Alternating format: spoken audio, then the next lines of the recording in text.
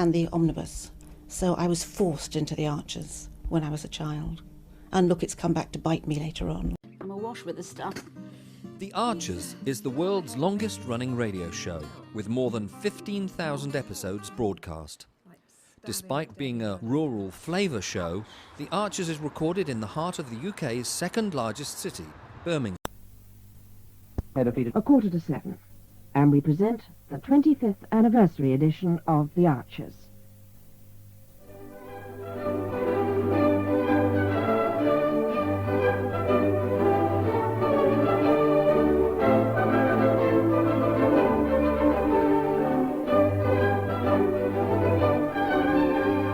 Tony had just begun milking last night when Pat, whose baby wasn't due for a fortnight, told him she'd started labour.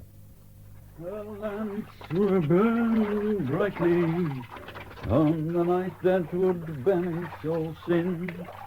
The bells were ringing the old... Oh, Lord. Are you still at the bar? You know I like a good soak, Doris. Oh, Dan, you'll never guess. Never in a million years. Hey, you're letting all the cold air in. Well, I don't know how you manage to breathe. It's like one of those Turkish places. Just close the door, will you? You'll faint one of these days. I know you will. Now listen, Doris. If there's one place a bloke likes a bit of quiet without people barging in for no reason, it's... Pat, she started. She's what? She started labour. Tony's had to rush her to Borchester in his van. Peggy's just phoned. Oh. Oh, well, it's probably a false alarm. The baby's not due for a fortnight or so. I know, but Pat always swore it'd be early. It was right at the start of milking, too. Oh, that must have been awkward. Well, apparently Peggy couldn't contact Hayden, so she drove into the village and dragged Neil away from his supper to do the milking. She said the cows are making an awful racket. Oh, they would. When did all this Oh, happen? about an hour ago. Huh? Oh, dear.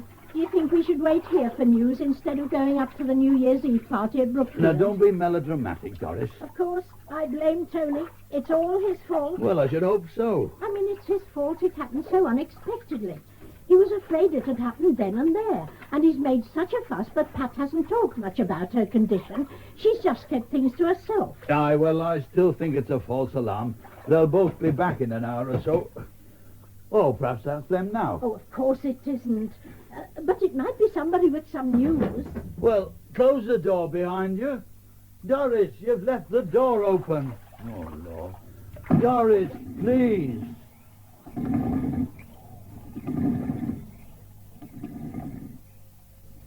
Oh, there you are, Doris. I wonder where everyone was. I let myself in. Oh, Laura, it's you. Not too early, am I? You did say call for a quiet drink before we head off to Brookfield. Did I? Oh, dear, I'm all at sixes and sevens. Well, if you can't organise yourself after all these years, there's not much hope. So you might just as well accept things as they are. I'm not usually in a muddle. Only we've just heard. Pat's in Borchester General having her baby. Well, what did I tell you? You didn't tell me anything. I said it'd be early. No, you didn't. You said just the opposite. Now, Doris, I don't know if you've made a New Year's resolution yet. Why? Well, perhaps you ought to try to be a little more tolerant. I beg your pardon. There's no point in beating about the bush. It's for your own good.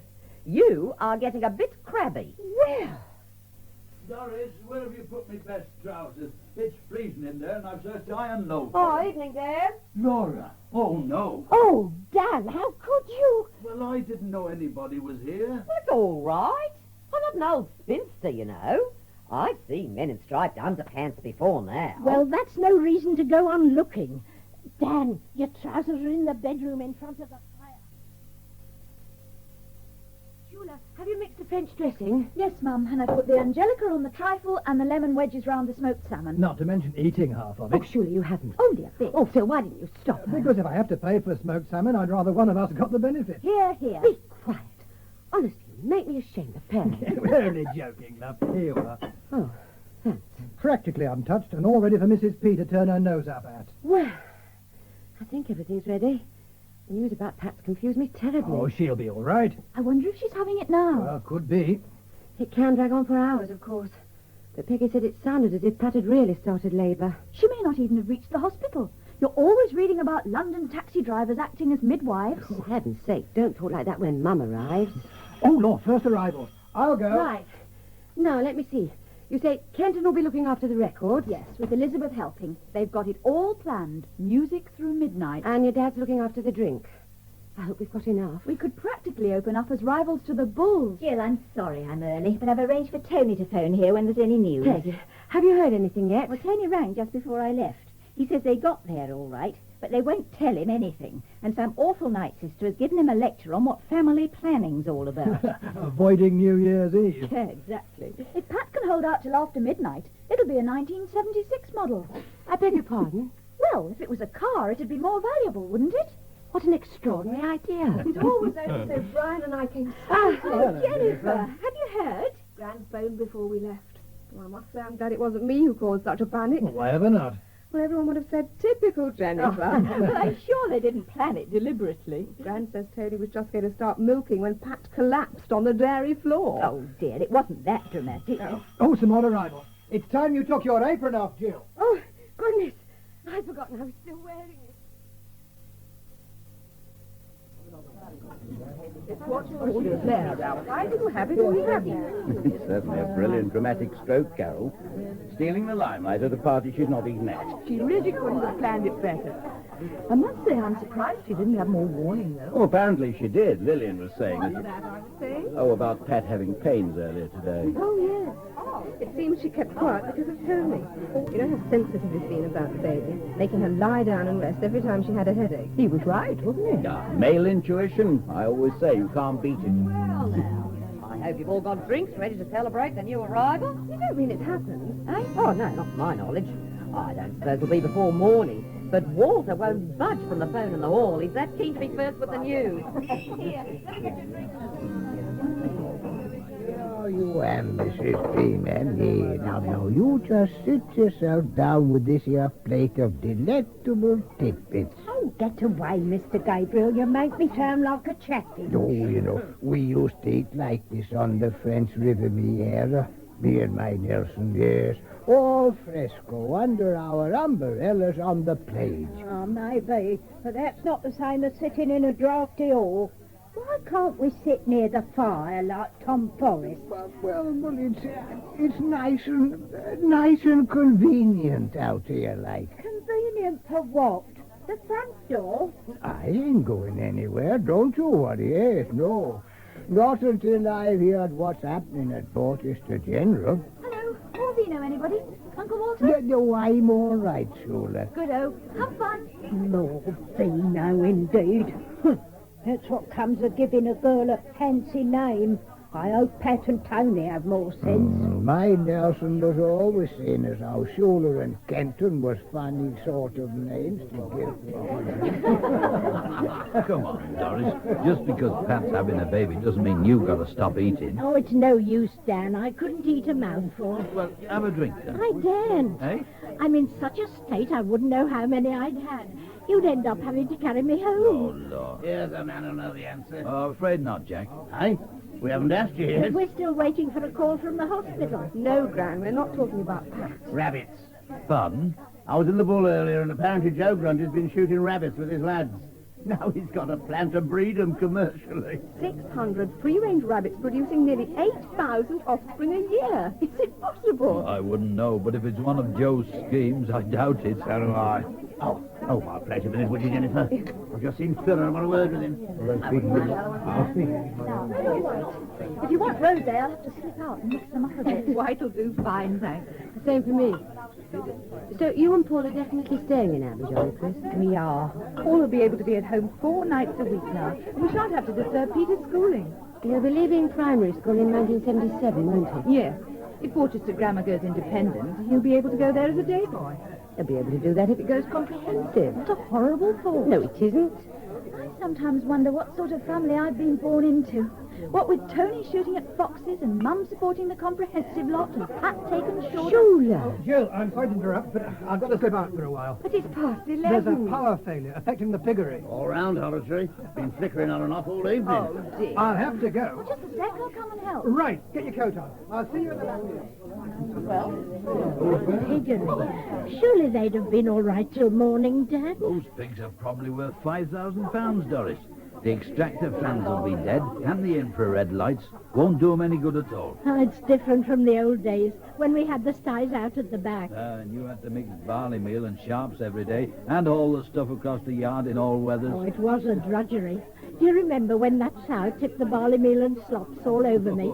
She was so hungry she knocked the bucket with her snout as soon as I opened the door, then chased me round the yard trying to get it off my clothes. Well, I never. The squirrel that swam with its tail in the air. Straight as a ramrod following in here. And the stoat that danced for his dinner. Fascinated the rabbits and birds with his acrobatics and then pounced like lightning. You've seen a lot, Mr. Forrest. Oh, it's all part of the rich tapestry of life, Polly. There's a chap asking for a Fijian fireball, but I can't remember what's in it. It's pineapple juice, gin and rum. Are you sure? Well, we'll soon find out, won't we? Here, Nora, have you ever seen a stoat dance for his dinner? Oh, I can't say I have. Mr. Forrest has. Oh, it's a rare sight. I ain't seen it happen since the last blue moon. The last blue moon. Oh, when was that, Mr. Forrest? 1950. Blue moon? Oh, it's true, Nora.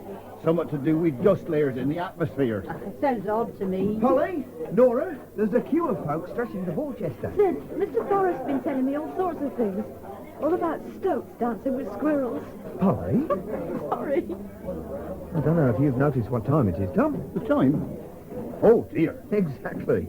Mr. Adamson and your bell ringers are hunting high and low for you. Well, why didn't they come looking in here then? I don't know, but it's time you got down to the church.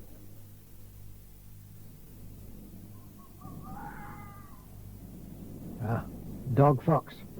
All ready to see the new year in. It's the vixen's cry that gets me. Oh, sends shivers down my spine. Yeah, I know what you mean. Well, we'll check the farrowing house first. We'll probably have to wedge the doors of the fattening house open when we get there, as the fans aren't working. Won't they get too cold? Better than suffocating. They might lose a bit of body weight keeping warm, but we'll have to feed them up again. Oh, Dad, look, the creeps are empty. What do you expect? With the infrareds not working, they'll have gone back to Mum for warmth. Here, shine the lamp. So they have. Oh, except for that one.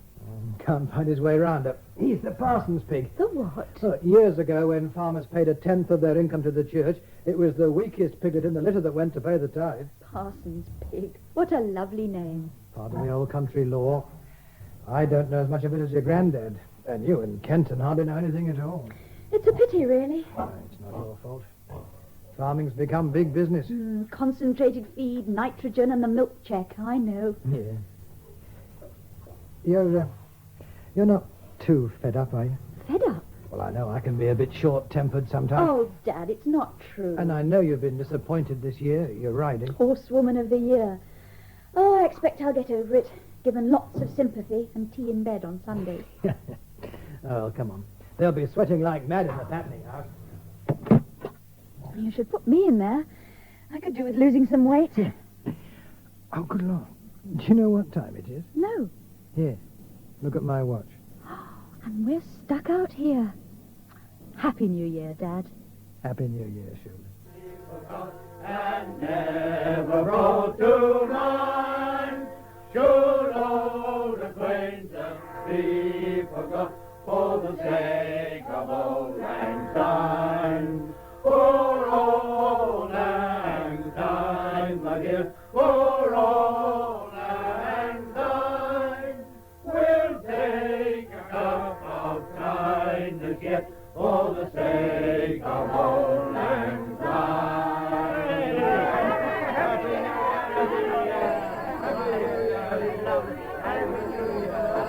Can somebody answer it? Quickly.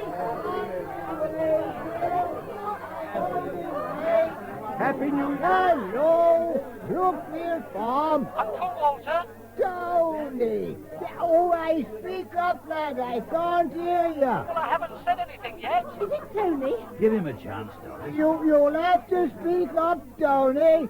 Oh, dear, oh, Lord, oh, dear. Give me the phone. Yeah, all right, oh, I'll no. close the door. Tony? Yeah? Peggy's in the thick of it somewhere. I've sent Jennifer to bring her. Oh, good. You all having a nice party? Never mind us. How's Pat? Oh, fine. In fact, they both are. Both? They're both fine. And it's a boy. A boy. A boy? Oh, Dan, did you hear? Aye, love, and I reckon Tom must have heard as well. He's ringing the bell so all Ambridge will know. Oh, Dan, you do say some daft things sometimes. Open the window so we can hear. Ah, right, old love.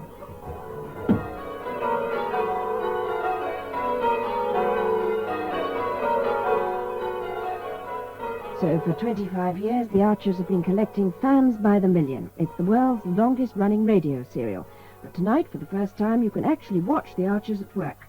On BBC Two at 9:30, Inside Story traces the making of the Silver Jubilee episode, which we've just been listening to. BBC Two at 9:30. So, what are you doing now? Just getting ready for the next episode. Just And, moving mics around. So what do you do?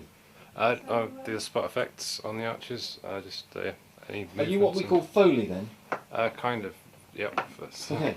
And these are all part of the paraphernalia of production. Yep. That's the bull bar. That's this one. Yep. That's. I mean, Hayley so wanted to be in their own place when their baby came. It's due in 2 months.